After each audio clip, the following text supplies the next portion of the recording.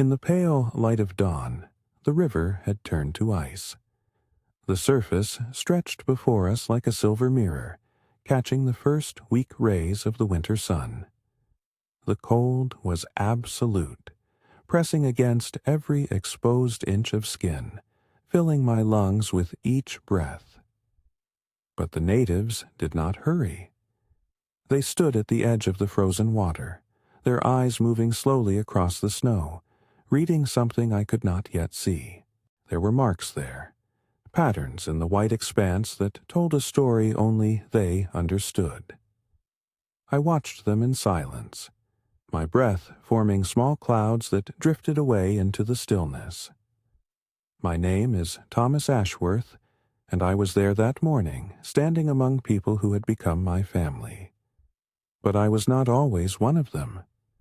There was a time when I knew nothing of this land, nothing of its secrets, nothing of the wisdom written in ice and snow. If you find yourself drawn into this story, if these words carry you to a place you have never been, I ask only that you stay with me until the end. Subscribe to this channel, and let me take you on a journey through the white silence of the North. The morning I arrived in this land, I was more dead than alive. My ship had broken apart 3 days earlier, shattered against rocks hidden beneath the frozen sea. I was the only survivor, or at least the only one I ever found. I had crawled across ice floes, stumbled through snowdrifts, my body growing colder with each passing hour. I no longer felt my feet. I no longer felt my hands. I was becoming part of the ice, slowly surrendering to its embrace. And then I saw them, figures moving across the white landscape, dark shapes against the endless snow. I tried to call out, but my voice was frozen in my throat. They found me lying face down in the snow, my fingers blue, my lips cracked, my eyes barely open. I remember hands lifting me, voices speaking words I did not understand. I remember warmth, sudden and overwhelming, as they wrapped me in furs and carried me away from death. I did not know then that I had been given a second life. I did not know that these people, these strangers from a world so different from my own, would teach me everything I needed to know about survival, about patience, about the true meaning of home. The ice groaned somewhere in the distance, a deep and ancient sound. The man who led them was called Tulugak. His name meant raven in their language, and, like the bird, he was watchful and wise. He was perhaps 50 years old, though the harsh climate made it difficult to judge age. His face was weathered by wind and cold, lined with the marks of countless winters. He spoke little, but when he did, everyone listened. He was the one who made the decision to save me. Later, I learned that not everyone agreed with that choice. I was a stranger, an outsider from a world that had brought nothing but trouble to their shores. But Tulugak saw something in me. Or perhaps he simply followed a code that I would only come to understand much later. They carried me to their camp, a collection of structures made from bone and hide, half buried in the snow for protection against the wind. Smoke rose from small openings at the top, thin ribbons that dissolved into the gray sky. The smell of cooking meat reached me as they brought me inside, and my stomach cramped with hunger. A woman was waiting there, her dark hair streaked with silver, her hands steady and capable. Her name was Arnak, and she became something like a mother to me in the months that followed. She looked at my frozen fingers, at my damaged feet, and her expression told me nothing. But she set to work immediately, rubbing my limbs with fat, wrapping me in warm furs, feeding me small sips of broth. The pain came later, when feeling began to return to my extremities. It was the worst pain I had ever experienced, a burning that seemed to consume my hands and feet from the inside. I cried out, unable to stop myself, and Arnak held my shoulders and spoke soft words that I did not understand. The other members of the group watched from a distance, their faces unreadable. I was a curiosity to them, a strange creature from another world. Some looked at me with pity, others looked at me with suspicion. One young man stared at me with open hostility, his jaw tight, his arms crossed over his chest. His name was Kiviuk, and he did not want me there. I could not blame him for that. Days passed, then weeks. My body slowly healed, though I lost 2 toes to the frost. Arnak tended to me with patient care, changing my bandages, feeding me warm food, teaching me my first words in their language. I learned to say thank you. I learned to say water. I learned to say cold, though that word seemed almost unnecessary in a land where cold was as constant as breathing. The structure they had given me to sleep in was small but warm, heated by the body warmth of the family who shared it with me. They slept close together, a practice that kept everyone alive through the long nights. Privacy was a concept that did not exist here. Everything was shared. The young man who became my guide and my first true friend was called Anik. He was perhaps 18 years old, lean and quick, with eyes that seemed to see everything. He was Tulugak's nephew, and, unlike his uncle, he was full of curiosity about the world I came from. He would sit beside me during the long evenings and ask questions I struggled to answer with my limited vocabulary. He wanted to know about ships, about cities, about the places where the sun was warm and snow did not fall. I tried to describe England to him, the green fields, the stone buildings, the crowds of people moving through narrow streets. He listened with wide eyes, trying to imagine a world so different from his own. What I didn't know then was that Anik would save my life more times than I could count. Winter deepened. The days grew shorter until there was barely any light at all, just a few hours of gray twilight in the middle of the day. The cold intensified, reaching temperatures so extreme that exposed skin would freeze in moments. I learned to dress properly, layer upon layer of fur and hide, each piece serving a specific purpose. Arnak showed me how to wrap my feet, how to protect my face, how to move in a way that generated heat without causing sweat. Sweat was dangerous here. Moisture against the skin could freeze and kill you. Everything I thought I knew about survival was wrong. The old man they called Siku became my teacher in other ways. He was the oldest person in the camp, his face a map of wrinkles, his body bent with age. But his mind was sharp, and his memory stretched back decades, holding stories that had been passed down through generations. He was the keeper of their history, the voice of ancestors who had walked this land for thousands of years. In the evenings, when the work was done and everyone gathered around the small flames, Siku would speak. His voice was thin but clear, carrying through the warm air of the shelter. He told stories of the spirits that lived in the ice, of the great hunters of the past, of the animals that gave their lives so that people could live. I understood only fragments at first, but understanding came slowly, like ice thawing in spring. Day by day, my vocabulary grew.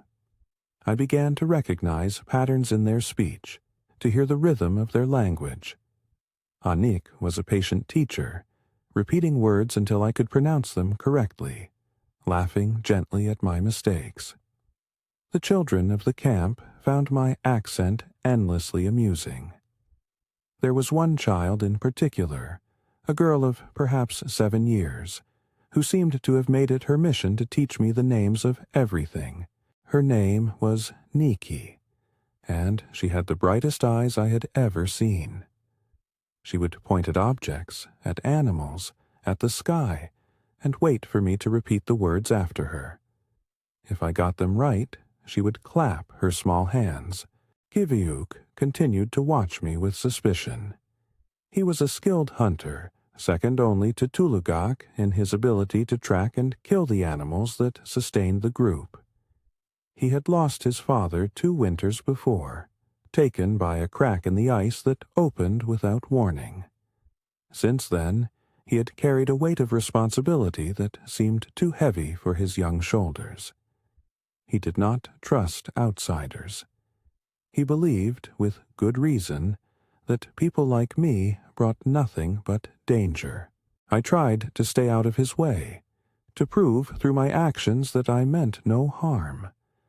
But trust, I was learning, could not be demanded. It had to be earned. The first time I joined them on a hunt, I nearly died again. We were tracking seals, following trails in the snow that I could barely see. The ice was treacherous, shifting and groaning beneath our feet. I did not know how to read its sounds, did not understand which areas were safe and which would crack open without warning. Tulugak led us forward with careful steps, testing the ice with a long pole before each footfall. I tried to follow exactly in his footsteps, but my balance was wrong. My weight distributed incorrectly. I felt the ice shift beneath me, heard it crack, and before I could react, I was falling. The water was so cold it felt like fire. My body seized, my lungs locked, my heart stuttered in my chest. I could not breathe, could not think, could not move. Hands grabbed me, strong hands that pulled me up through the broken ice, dragging me back onto solid ground. Kiviuk was there, his face close to mine, his expression fierce. He was shouting words I did not understand, but his meaning was clear. I had been stupid. I had been careless. I had almost gotten myself killed, and in this land, one man's death could endanger everyone. They stripped off my wet clothes right there on the ice, rubbing my skin with dry furs surrounding me with their own body heat. Hypothermia was setting in fast, my body shaking uncontrollably, my thoughts fragmenting. But they worked quickly, efficiently, each person knowing exactly what to do. This was not the first time they had saved someone from the water. It would not be the last. By the time we returned to camp, I was alive but humbled. I had learned something that day, a lesson that went deeper than words. This land did not forgive mistakes. Spring came slowly, so gradually that I almost missed its arrival. The darkness retreated, the days growing longer, the sun climbing higher in the sky. The ice began to change, its surface becoming softer, pools of water forming in low places. The animals emerged from wherever they had hidden during the long winter, moving across the landscape in search of food and mates. The camp came alive with new energy.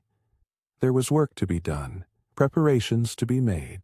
I did not know it then, but a great journey was about to begin.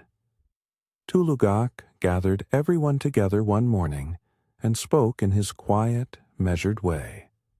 I understood most of his words now, though some of the concepts still escaped me. He was talking about the river, the one that ran through the heart of their territory. It was time to follow it north, to the place where the fish would be running.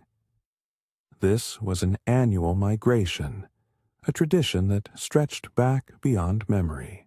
The whole group would travel together, carrying everything they owned, walking for days across the changing landscape. When he finished speaking, his eyes found mine. I would come with them. The journey began 3 days later. We set out in the early morning when the air was coldest and the snow still firm enough to support our weight. Each person carried a heavy load, bundles of food and tools and furs strapped to their backs. Even the children carried what they could. Nikki walked beside me, her small face serious with concentration, her pack nearly as big as she was. The elders were helped by the younger members of the group, their loads distributed among those with stronger backs. We moved in a long line, Tulugak at the front, reading the land with eyes that saw what mine could not. The river appeared on the second day, a ribbon of ice cutting through the white landscape. In summer, Anik told me, it ran with clear water, teeming with fish that leaped and flashed in the sunlight. Now it was frozen solid, a highway of ice that would guide us north. But we did not walk on its surface.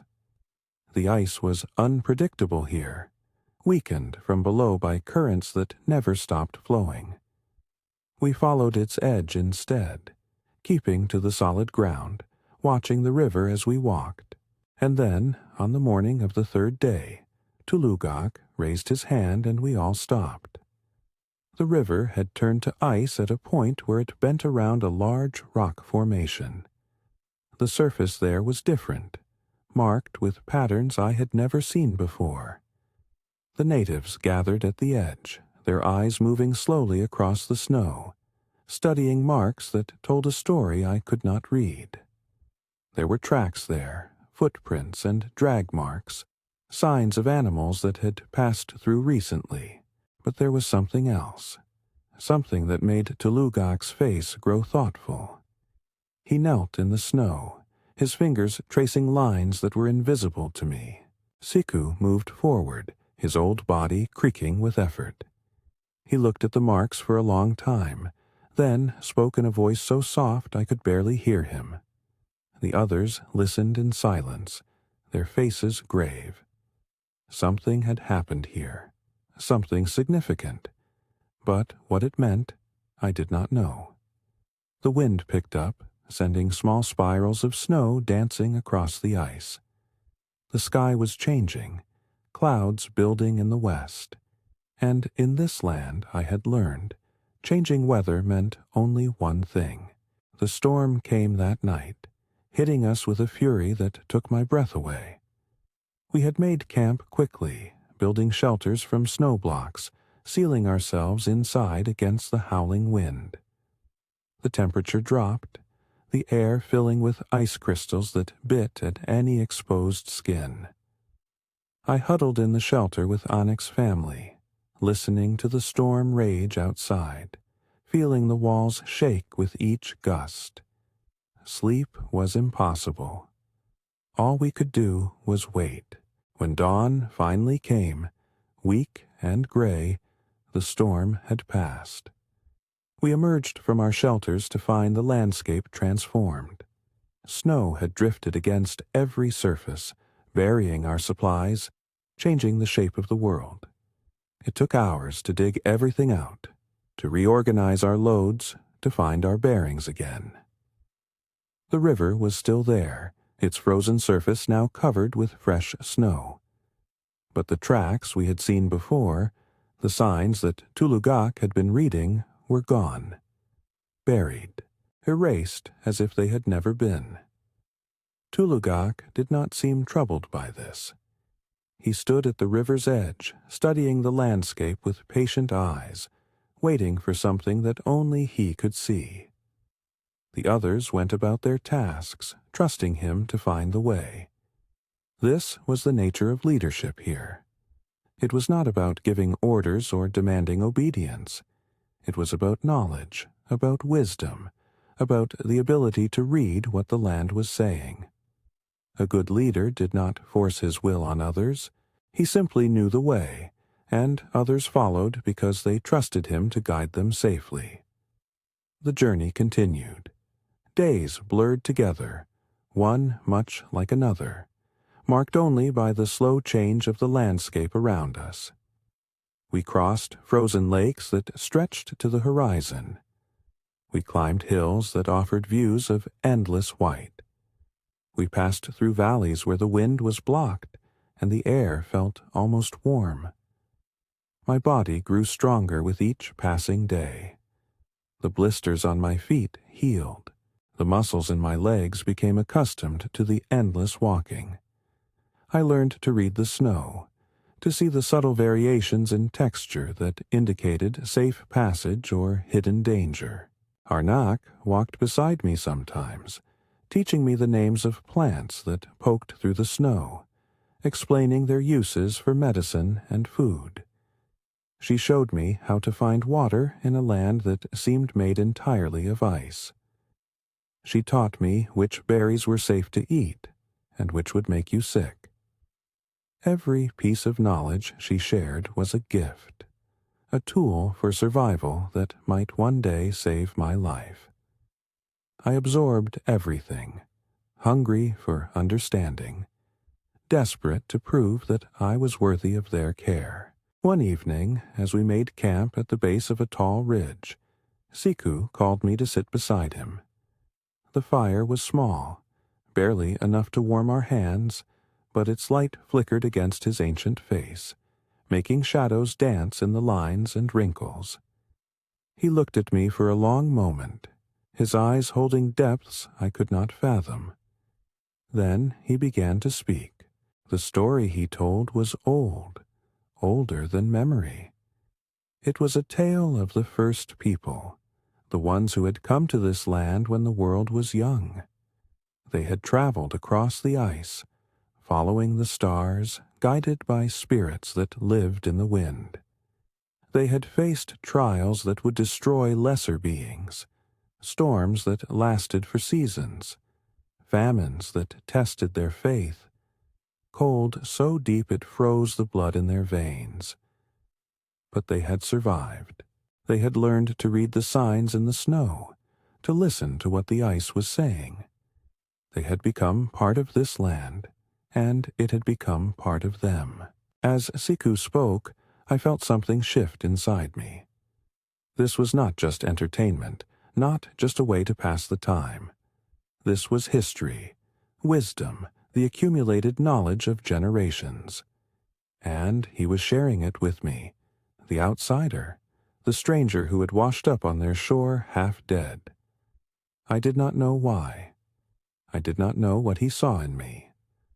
But I listened with every fiber of my being, trying to memorize each word, each image, each lesson hidden in the story.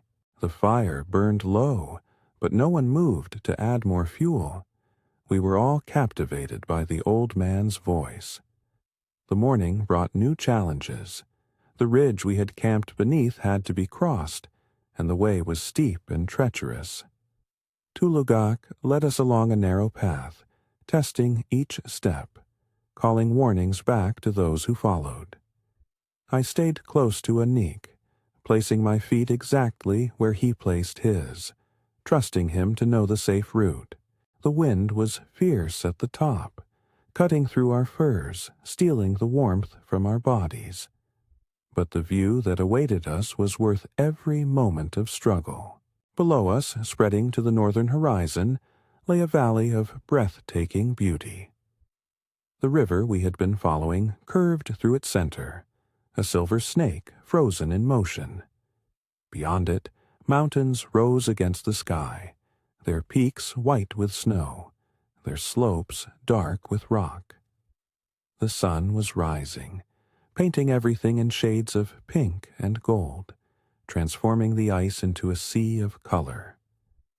I stood there, unable to speak, unable to move, overwhelmed by the sheer magnificence of what I was seeing.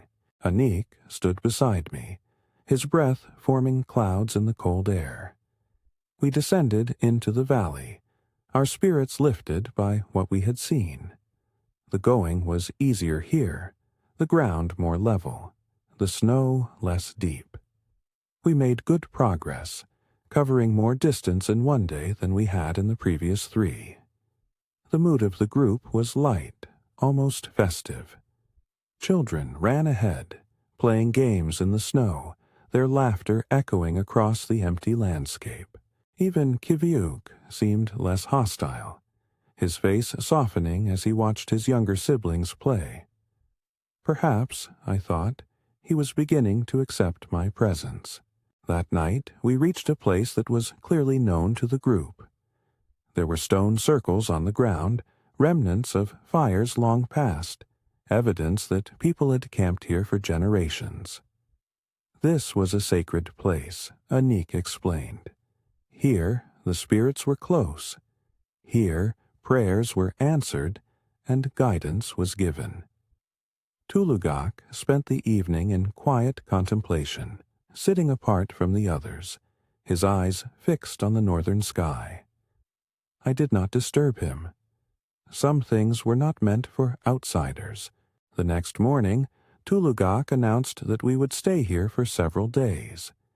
The fish would not be running yet. We were ahead of schedule, having made better time than expected. There was no need to hurry. The words seemed simple enough, but I sensed something deeper behind them. This place had significance beyond mere convenience. Tulugak wanted to be here, wanted his people to rest and reflect before the final stage of our journey. What lay ahead, I did not know. The days of rest were a gift. My body, pushed to its limits by the constant walking, was grateful for the chance to recover. But rest did not mean idleness. There was always work to be done. Weapons needed repair. Clothes needed mending. Tools needed sharpening. I joined in as best I could, learning new skills with each task. Arnak taught me to sew, her patient hands guiding mine as I struggled with the thick needle and sinew thread. The stitches I made were clumsy, but they held. That was what mattered. One afternoon, Niki came to me with a gift. It was a small carving made from bone, shaped like a seal. She had made it herself, she told me proudly, working on it in secret for many days. It was for me, so I would remember her. I took the carving in my hands, feeling the smooth surface, the careful detail she had put into the work. I did not know what to say. I had nothing to give her in return, nothing of value, nothing that would match the thought and effort she had invested in this small object. But she did not seem to expect anything. She just smiled and ran away to join the other children. That night, Siku told another story. This one was about a hunter who became lost in a blizzard. He wandered for days, unable to find his way, his supplies running out, his strength fading. He prayed to the spirits for guidance, and they sent him a vision. A great bear appeared before him, its white fur glowing against the snow, its eyes holding ancient wisdom. The bear did not speak, but the hunter understood. He followed the bear through the storm, step by step, until at last he emerged into clear weather. He found his way home, and from that day forward, he was known as one who had been touched by the spirits. I listened to the story, hearing the echoes of my own experience. I too had been lost, had wandered in a wilderness I did not understand, had been close to death, and I too had been saved, guided by people who appeared when I needed them most. Perhaps the spirits were real. Perhaps they worked through human hands. It did not matter. What mattered was the lesson. No one survives alone. We need each other. We need community, connection, the warmth of shared humanity in a cold and unforgiving world. The days of rest ended too soon. We packed our belongings, loaded our burdens, and set out once more toward the north. The landscape was changing now, the river widening as it approached its source.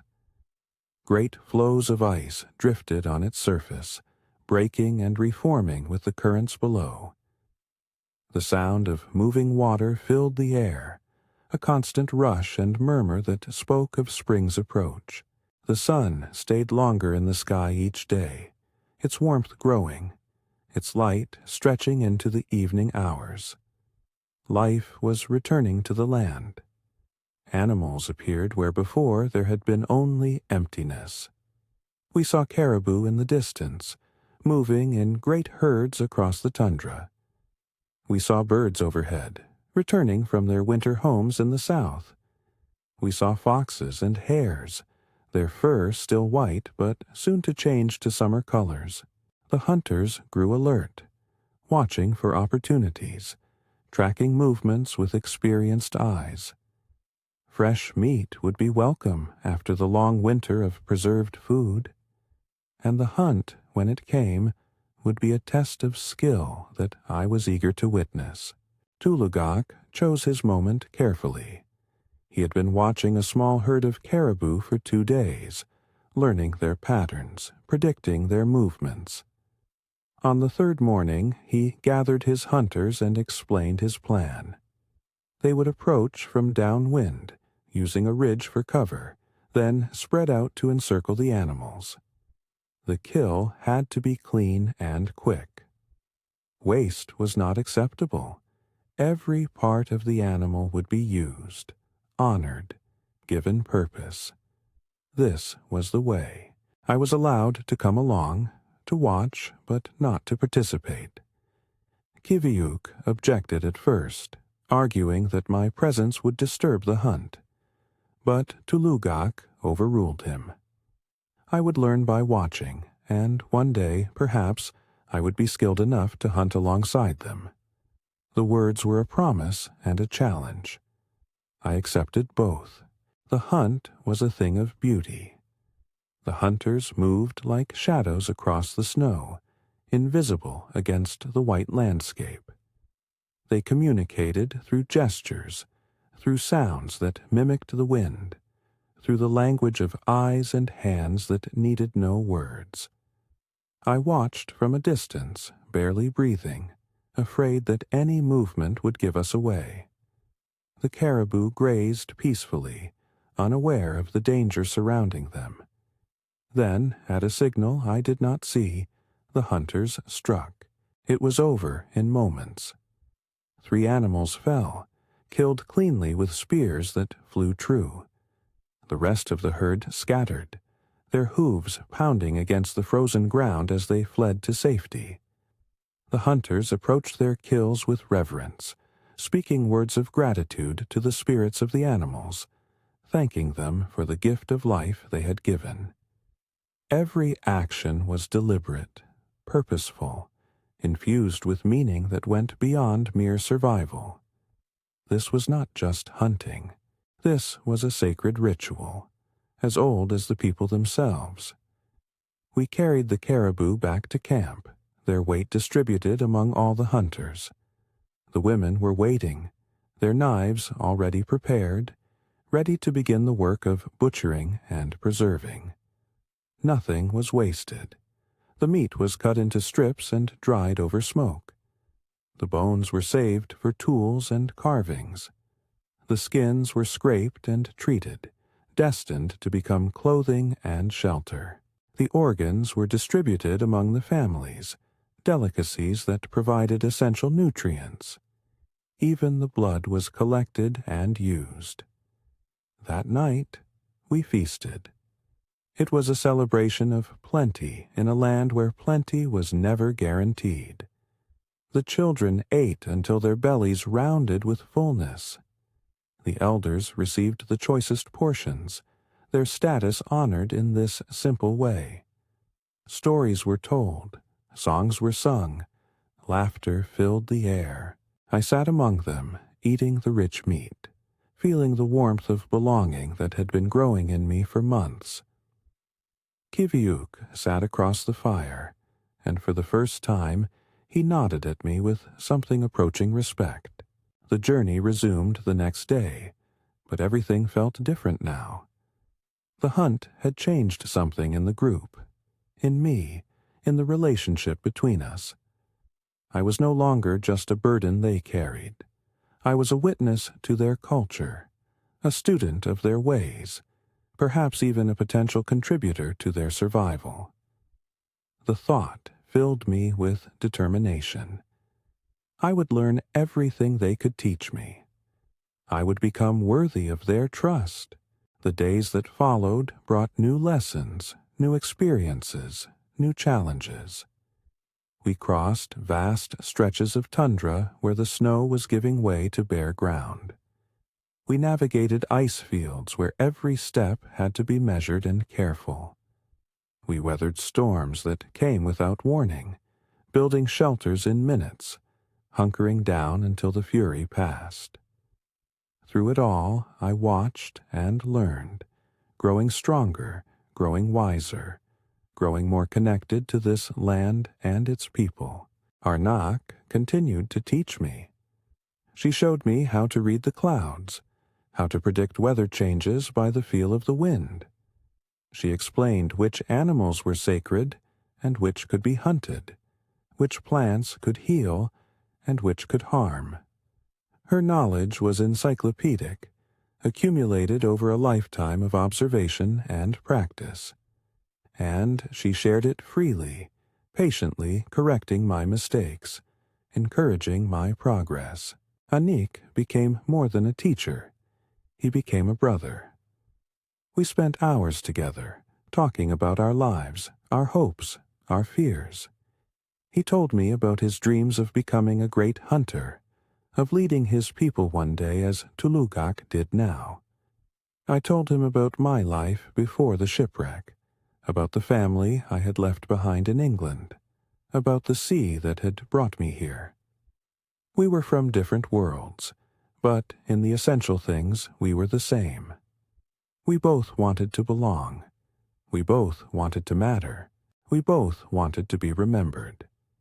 The relationship with Kivyuk was slower to develop. He was still wary, still suspicious, still unsure of my place among them. But he no longer actively opposed my presence. He tolerated me, which was progress. And occasionally, in unguarded moments, I caught glimpses of the person beneath the hard exterior. He was not cruel, I realized. He was protective. He had lost too much, and he was terrified of losing more. His hostility toward me was not personal.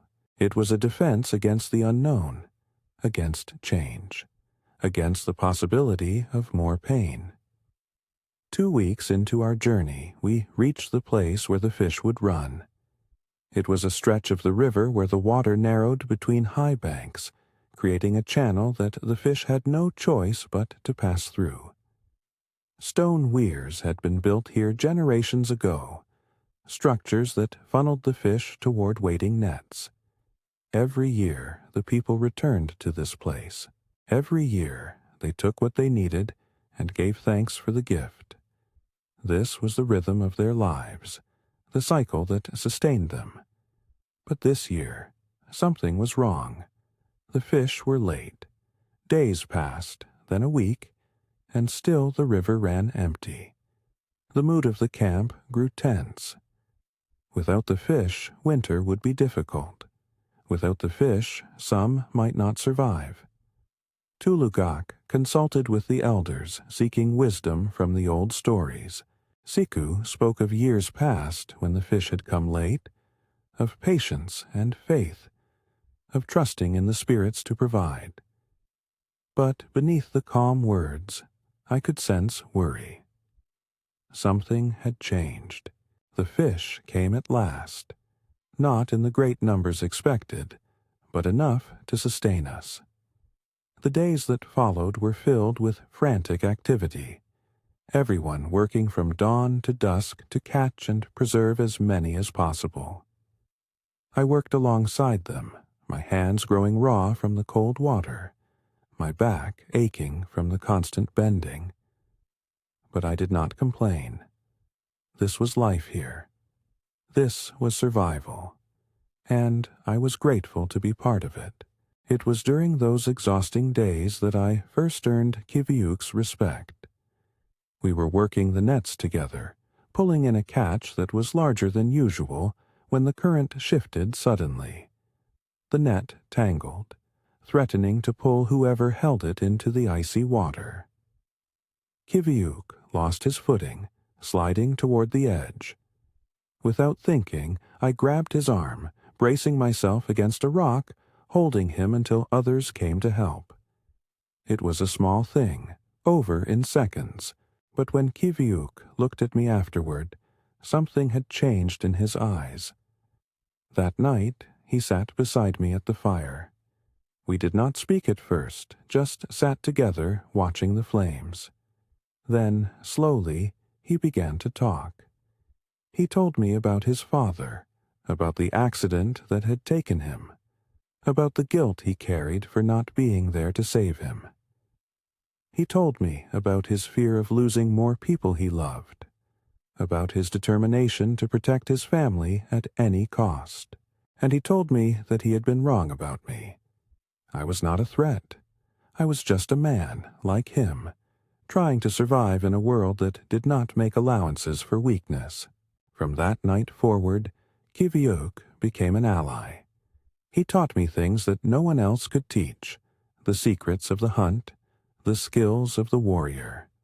He pushed me hard, demanding more than I thought I could give. But he also praised my progress, celebrated my victories, treated me as an equal. The outsider was becoming one of them. Summer arrived with a suddenness that caught me off guard. One day we were still surrounded by snow, and the next, it seemed, the world had transformed. Green appeared everywhere, spreading across the tundra like a wave, bringing with it flowers of every color. The air warmed. The sun stayed in the sky for most of the day. The ice on the river began to break and flow. The land was awakening, and with it, a new chapter of our journey was beginning. We left the fishing place and traveled east, following paths that the people had followed for generations. There were other groups out here, Tulugak explained, other families who spoke the same language, shared the same ancestors. During the brief summer, these groups would gather to trade, to share news, to arrange marriages, to renew the bonds that held them together as a people. This gathering was the highlight of the year, and everyone was excited. The gathering place was a wide valley by a lake of the clearest water I had ever seen. When we arrived, other groups were already there, their camps spread across the landscape. Children ran between the tents, playing with cousins they saw only once a year. Adults greeted each other with embraces and laughter. There was food in abundance, games and competitions, dancing and storytelling. It was a festival of life in a land where life was always precious. I was a curiosity to the other groups. Word of my presence had spread, and many came to look at the stranger who had been pulled from the ice. They touched my pale skin, marveled at my light eyes, asked questions about the world I came from. I did my best to answer, using the language I had learned, accepting help from Anik when my words failed me. Most were friendly, fascinated by my strangeness. A few were suspicious, wondering why we had brought an outsider into our midst. But Tulugak spoke on my behalf, and his word carried weight. The games were a chance to prove myself. There were competitions of strength and skill, tests that separated the capable from the weak. I entered several, knowing I would not win but determined to show that I could compete. I lost, as expected, but I did not embarrass myself. The other men nodded with approval, acknowledging my effort if not my ability. It was enough. I was not trying to be the best. I was trying to be accepted. One competition, however, I actually won. It was a test of endurance, a race across the tundra that lasted most of a day. The terrain was brutal, the pace punishing. One by one, the other runners dropped out, exhausted. But I kept going, drawing on reserves I did not know I had. The years at sea had made me tough. The months in this land had made me tougher. When I crossed the finish line, alone and barely standing, the crowd erupted in cheers. That victory changed my standing among the people. I was no longer just the strange outsider. I was Thomas who had won the race, Thomas who had endured, Thomas who had proven himself worthy. Tulugak came to me that night and placed his hand on my shoulder. He did not say anything, but his eyes spoke volumes. I had become one of them. The gathering lasted 2 weeks. During that time, I met people who would become important in my life. There was an elder from another group who knew stories even Siku had never heard. There was a hunter who showed me a new technique for tracking caribou. There was a woman, young and beautiful, who smiled at me in a way that made my heart race. Her name was Sila, and she was from a camp several days to the north. I saw her often during the gathering, always at a distance, always with that same smile. But I was too shy to approach her, too uncertain of the customs, too afraid of making a mistake. Anik noticed my interest and teased me mercilessly. He told me that Sila was the daughter of a respected leader, that many young men had tried to court her, that none had succeeded. She was choosy, he said, waiting for someone who was worthy. Did I think I was worthy? I did not know how to answer. I was still learning what it meant to be part of this world. Romance was something I had not even considered. The gathering ended and the groups dispersed, returning to their own territories to prepare for the coming winter. We traveled west, back toward the land I had come to know, back toward the camp that had become my home. The journey was long but familiar now. I recognized landmarks I had passed before, remembered lessons I had learned in specific places. The land was no longer a stranger. It was a friend, a teacher, a part of who I was becoming. Fall came, painting the tundra in shades of red and gold. The animals prepared for winter, storing fat, growing thick fur, making their final journeys before the snow returned. We did the same, hunting and gathering, preserving food, strengthening our shelters. The rhythm of the seasons was becoming my rhythm too. I no longer marked time by days and weeks. I marked it by the position of the sun, the behavior of the animals, the feel of the wind. My second winter with the people was different from the first. I was no longer a helpless burden, but a contributing member of the group. I joined the hunts, my skills still limited but improving. I helped with the work of daily survival, knowing what needed to be done without being told. I sat with the elders and understood their stories, felt their wisdom sink into my bones. The outsider was disappearing. Someone new was taking his place. It was during that winter that Siku told me the story that changed everything. We were alone in his shelter, the old man and I, while the others were out checking traps. The fire burned low, its light flickering against the walls. Siku looked at me with eyes that seemed to see through time itself. He told me about a prophecy, an ancient teaching that had been passed down through generations. One day, the story said, a stranger would come from across the water. He would be weak and lost, near death when he arrived. But he would be saved, and he would learn the ways of the people. And in a time of great danger, he would use what he had learned to help them survive. The stranger would become one of them, and his descendants would carry on their legacy for generations to come.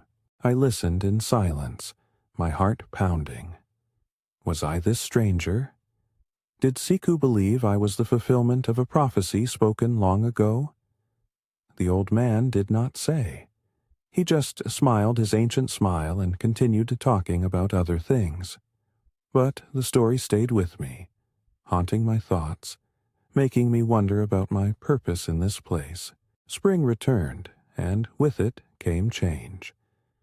Tulugak announced that we would travel to the gathering place early this year. There was something he needed to discuss with the other leaders, something important. He did not elaborate, and no one asked. Trust was absolute. When Tulugak said something was important, it was. The journey was easier this time. My body was stronger, my skills sharper, my knowledge deeper. I walked beside Kivyuk, talking as equals, sharing observations about the land and its creatures. Niki still stayed close to me, but she was taller now, more serious, no longer a child, but not yet a woman. The little seal carving she had given me hung around my neck, a treasure I would never part with. We reached the gathering place to find troubling news. Other groups had been having difficulties. The fish were fewer everywhere. The caribou herds were smaller. The winters were growing harsher, the summers shorter. The land was changing, and the people did not know why. There was talk of moving, of finding new territories, of adapting to whatever was coming. But change was frightening. Change meant leaving behind everything familiar. Tulugak listened to all the reports, spoke with all the leaders, then called a meeting of the entire gathering. What he said that day would shape the course of our lives. The danger, he explained, was real. The land was changing, and those who did not change with it would not survive.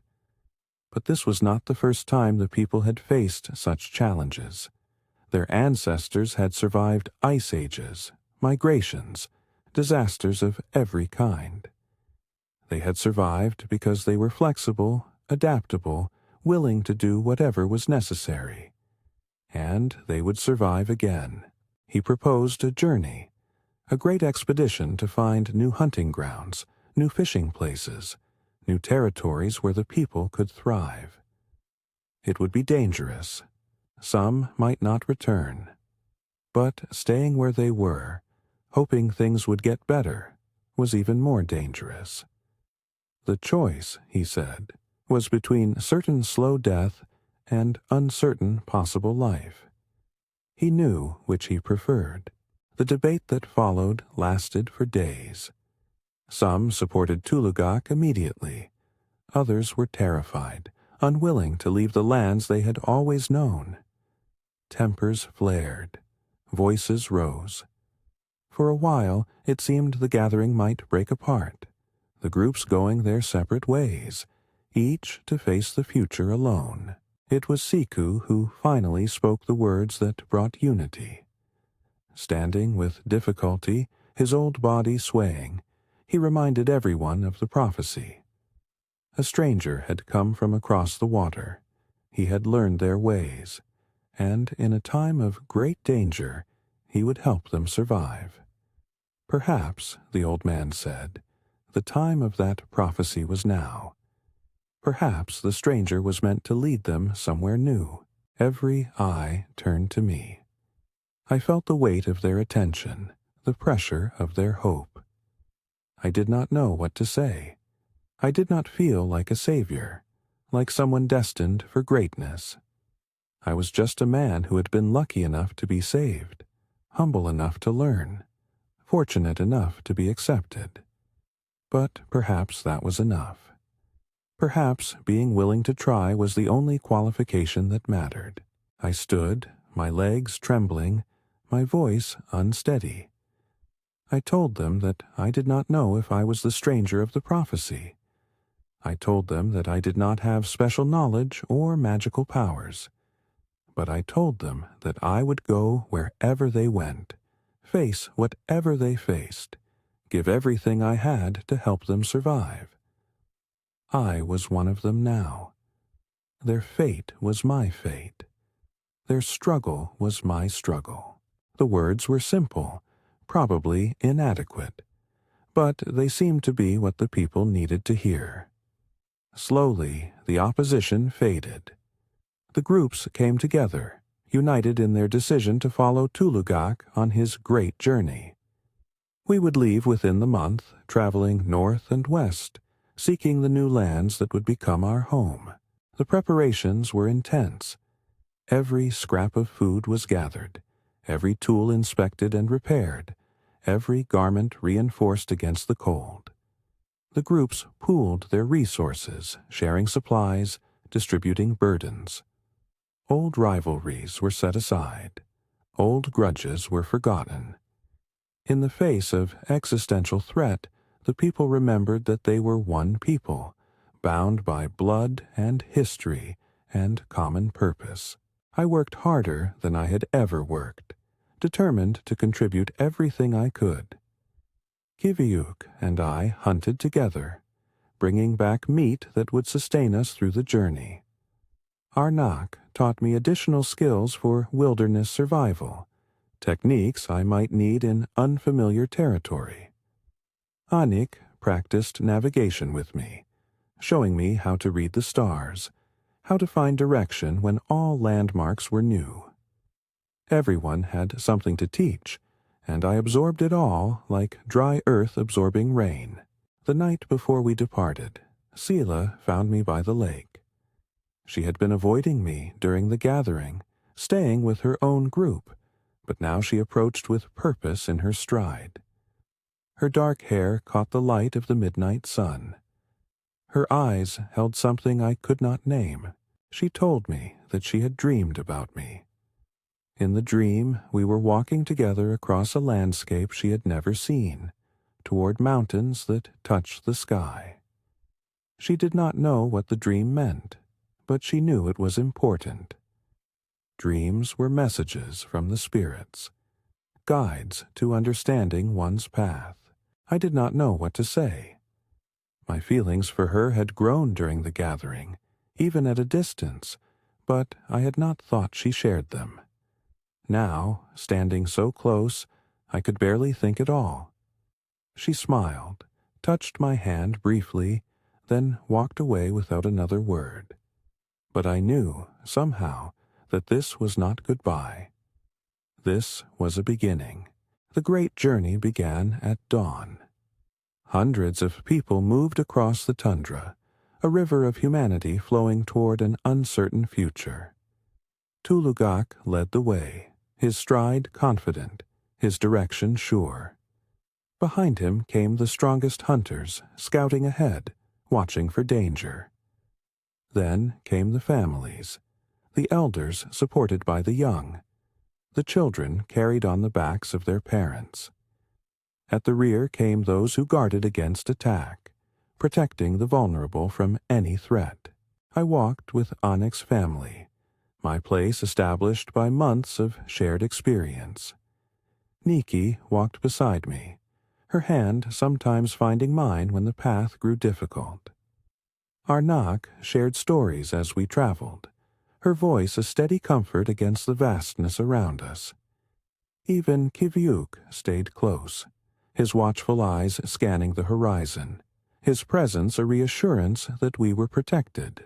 The first days were the hardest. We covered ground we knew, moving quickly across familiar territory. But soon we entered lands that no one had seen before, places that existed only in the oldest stories. The terrain was different here, the vegetation unfamiliar, the animals strange. Every step was a discovery, every mile an adventure into the unknown. Water was our greatest challenge. The rivers we encountered were fierce and cold, swollen with summer melt. Crossing them required all our skill and courage. We built rafts from driftwood, lashed together with sinew and determination. We ferried the children and elders first, then came back for the supplies. Some crossings took entire days. Some nearly took our lives. It was during one such crossing that disaster struck. The river was wider than any we had faced, its current treacherous, its water deep and dark. We had made several successful trips, growing confident, perhaps too confident. On what should have been the final crossing, a raft carrying supplies and 3 young people broke apart in the middle of the river. I was on the shore, watching when it happened. The raft buckled, twisted, came apart. The young people were thrown into the water, their cries swallowed by the roar of the current.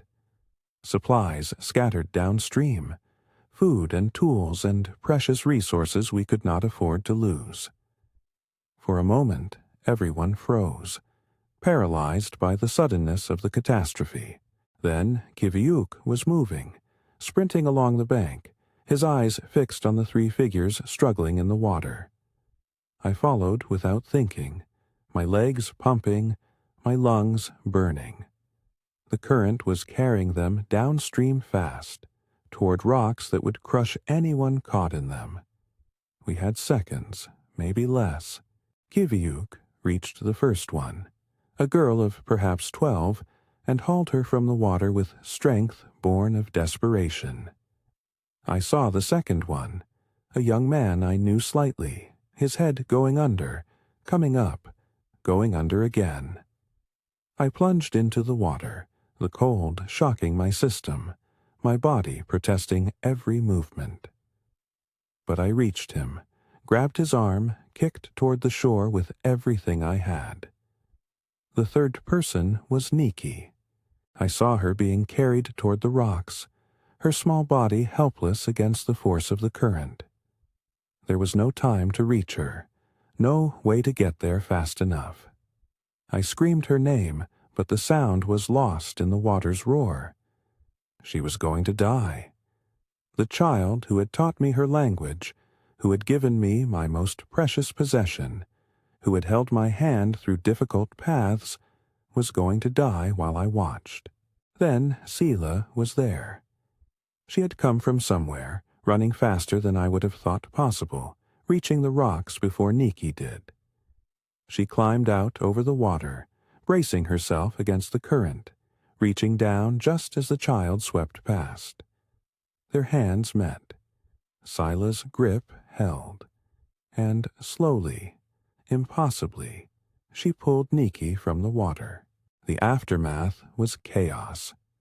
People were crying, shouting, running in every direction. The 3 who had been rescued were wrapped in dry furs, their bodies shaking with cold and shock. The supplies we had lost were inventoried, the damage assessed. It was bad, but not fatal. We had lost food, tools, blankets. We had not lost lives. That was what mattered. That night, the group gathered to give thanks for the rescue and to honor those who had acted. Kiviuk was praised for his quick thinking and bravery. I was acknowledged for pulling the young man from the water. But the true hero was Sila. Without her, Nikki would have died.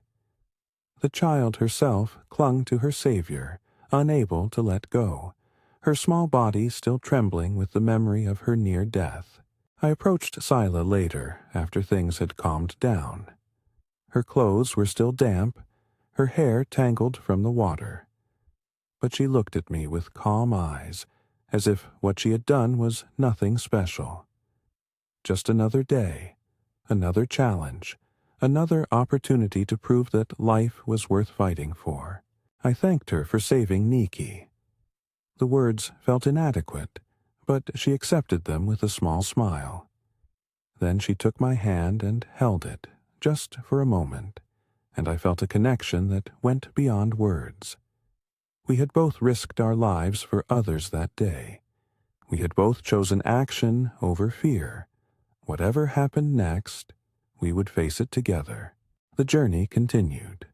Days turned to weeks, weeks to months. We crossed mountain passes that scraped the sky. We navigated valleys where the wind never stopped howling. We endured storms that made our previous winter seem mild. But we did not stop. We could not stop. Somewhere ahead was the land that would save us. The old people began to struggle. Walking all day, every day, was taking its toll on bodies worn by years of hard living. Siku, especially, was weakening, his steps slower, his breathing labored. We took turns helping him, carrying his pack, supporting his weight when the terrain grew rough. But we all knew that he could not continue much longer. One night, Siku called me to his tent. His face was gray, his eyes sunken, but there was peace in his expression. He told me that his journey was ending, that the spirits were calling him home. He was not afraid. He had lived a good life, had seen things others only dreamed of, had loved and been loved. Now it was time to rest. But before he went, he had something to give me. From beneath his blanket, he withdrew a bundle wrapped in old skin. Inside was a drum, beautifully made, decorated with symbols I had seen in his stories. This drum, he said, had belonged to his father, and to his father before that. It was used to call the spirits, to seek guidance, to celebrate life's passages. And now it was mine. I protested. I was not worthy of such a gift. I was still learning, still growing, still so far from understanding everything this culture had to offer. But Siku just smiled his ancient smile. The drum would teach me, he said. The drum would show me the way. All I had to do was listen. Siku died 2 days later, peacefully in his sleep. We buried him according to their customs, leaving his body in a high place where the spirits could find it easily. We sang songs of farewell, told stories of his life, honored his memory with tears and laughter. He had been the keeper of their history, the voice of ancestors, the bridge between past and future. Now that responsibility would pass to others, to me, I realized. In giving me the drum, Siku had named me his successor. I was not ready. I might never be ready. But I would try. For him, for the people, for the child who had saved my life and the man who had given it meaning, I would try. We found the new land 3 weeks later. It was everything Tulugak had hoped for. Rich hunting grounds, plentiful fish, protection from the worst weather. There was evidence that people had lived here once, stone circles and old fire pits, but they were long gone. The land was waiting, ready to welcome new inhabitants. The celebration that night was unlike anything I had ever seen. People danced and sang, ate and drank, gave thanks to the spirits who had guided them safely. Even the most skeptical had to admit that the journey had been worthwhile. This was home now. This was where they would rebuild, where their children would grow, where their grandchildren would play. I stood at the edge of the celebration, watching, feeling a warmth in my chest that had nothing to do with the fire. Anik came to stand beside me, his face split by a grin. We had made it, he said. Against all odds, we had made it. Then Sila was there, and she took my hand, and the three of us watched as the people celebrated their survival. The journey was over. A new chapter was beginning. The months that followed were filled with work. Shelters had to be built, hunting patterns established, the rhythms of life in this new land learned. I threw myself into every task, eager to contribute, determined to prove my worth. The skills I had developed over 2 years were put to constant use, and slowly the new settlement took shape. I led my first hunt that autumn. Tulugak had appointed me, trusting that I was ready. The responsibility terrified me, but I could not refuse. We tracked a herd of caribou for 3 days, using techniques I had learned from watching others. When the moment came, I directed my hunters with hand signals and silent understanding. The hunt was successful. We returned with enough meat to last for weeks. Kiviuk clasped my shoulder when we got back, his face filled with pride. Not for himself, for me. The strange, weak man he had pulled from the ice so long ago was now a hunter in his own right. The transformation was complete. Sela and I were married the following spring. The ceremony was beautiful, filled with songs and rituals that stretched back generations. Arnak prepared me, dressing me in my finest clothes, telling me about the responsibilities of marriage, the partnership it created. Tulugak performed the ceremony, his words solemn but warm. And Niki served as the one who walked us into our new home, her small face shining with happiness. That night, alone with my wife for the first time, I told Sela everything. About my life before, about the ship, about the days I had spent dying in the snow, about my fears and doubts, my mistakes and failures, my slow transformation into someone new. She listened without interrupting, her hand in mine, her eyes holding nothing but love. When I finished, she told me her own story, about the dream that had first shown her my face, about the certainty she had felt when she saw me at the gathering, about her choice to follow her father's group when they joined our journey, not because she believed in the new land, but because she believed in me. We were, I realized, two people who had found each other against all odds. Different in so many ways, bound together by something that defied explanation. This, perhaps, was what the prophecy had really meant. Not a savior, but a connection. Not one person's destiny, but the weaving together of many lives into something stronger than any could be alone. Years passed. The settlement grew, became permanent, became home to more people as word spread of the good land we had found. Children were born, including my own. I watched them grow, teaching them the skills I had learned, sharing with them the stories Siku had shared with me. The drum he gave me found its voice under my hands, calling the spirits, celebrating life's passages, keeping alive the wisdom of the past. Tulugak grew old, though his mind remained sharp, his judgment trusted. When decisions needed to be made, his counsel was sought, and increasingly, I was included in those counsels.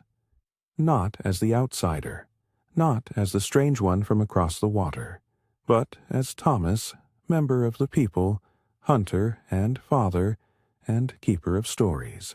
I never returned to England.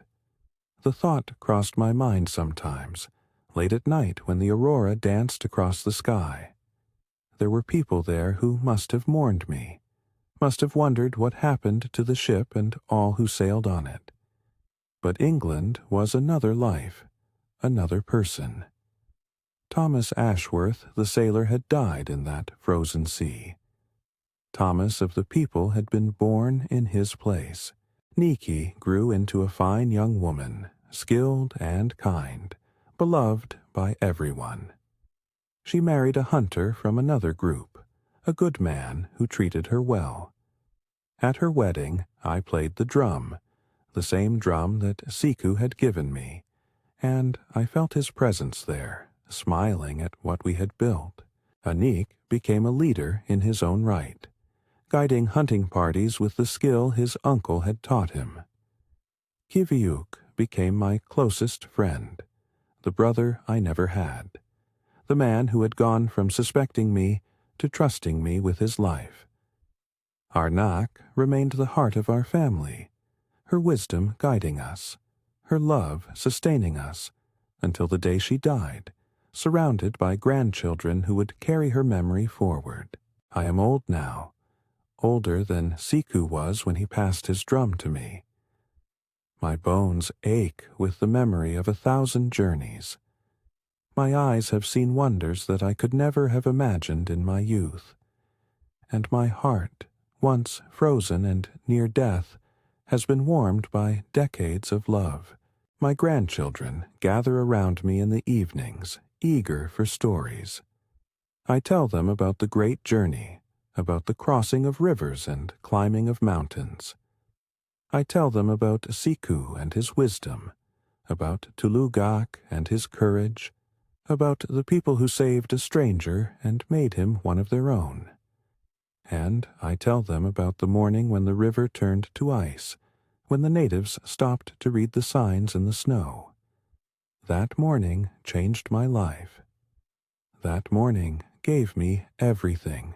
If you have stayed with me this long, if you have walked this journey at my side, I thank you. Perhaps you see something of yourself in my story, a longing for belonging, a search for home. Perhaps you understand what it means to be lost and then found, to be broken and then healed. Subscribe to this channel and let me tell you more stories, more journeys, more discoveries. There is so much wisdom in this world waiting to be shared. The signs in the snow are still there for those who know how to read them. The ice still speaks for those who have learned to listen, and the spirits still guide for those who have the courage to follow. This is what I know after all these years. We are not meant to walk alone. We are made for each other, for community, for the warmth of shared humanity in a cold and unforgiving world. Find your people, learn their ways, give them your heart, and they will give you something in return, something more valuable than gold or glory. They will give you a home. The fire burns low now, just embers in the darkness. My grandchildren have fallen asleep, their small bodies curled together for warmth. Outside, the snow is falling, soft and silent, covering the world in white. Tomorrow they will wake to a landscape transformed. They will see the signs in the snow, the tracks of animals, the patterns of wind and weather. And they will know, because I have taught them, how to read what the land is saying. This is my legacy. Not the great hunt, not the dangerous journey, not even the stories I have told. My legacy is the knowledge I have passed on, the wisdom that will live in these children and their children and their children's children. Siku gave it to me. I give it to them. And one day they will give it to others. The cycle continues. Life flows like the river, sometimes frozen, sometimes rushing, always moving toward something new. We are drops in that river, brief moments of consciousness in the great flow of time. But we are connected, each to each, bound by currents we cannot see. What we do matters. What we learn endures. What we give away is what we truly keep. I close my eyes and see the faces of all those I have loved. Siku with his ancient wisdom, Tulugak with his quiet strength, Arnak with her patient teaching, Anik with his boundless friendship, Kiviuk with his hard-won trust, Sila with her beautiful dreams, Niki with her bright eyes, and so many others, names that would take hours to list, stories that would take lifetimes to tell. They are all here, in this room, in this heart, in this moment of peace at the end of a long day. They are the ice that shapes me, the snow that covers me, the cold that made me strong. They are the signs I have learned to read, the language I have learned to speak, the home I have learned to love. And when my time comes, when the spirits call me to join Siku and the others in whatever comes next, I will go without fear. I will go knowing that I lived well, that I loved deeply, that I learned what truly matters. I will go as Thomas of the people, the stranger who became family, the outsider who found his place. The morning will come, as it always does. The sun will rise over the frozen river, painting the ice in shades of gold and pink.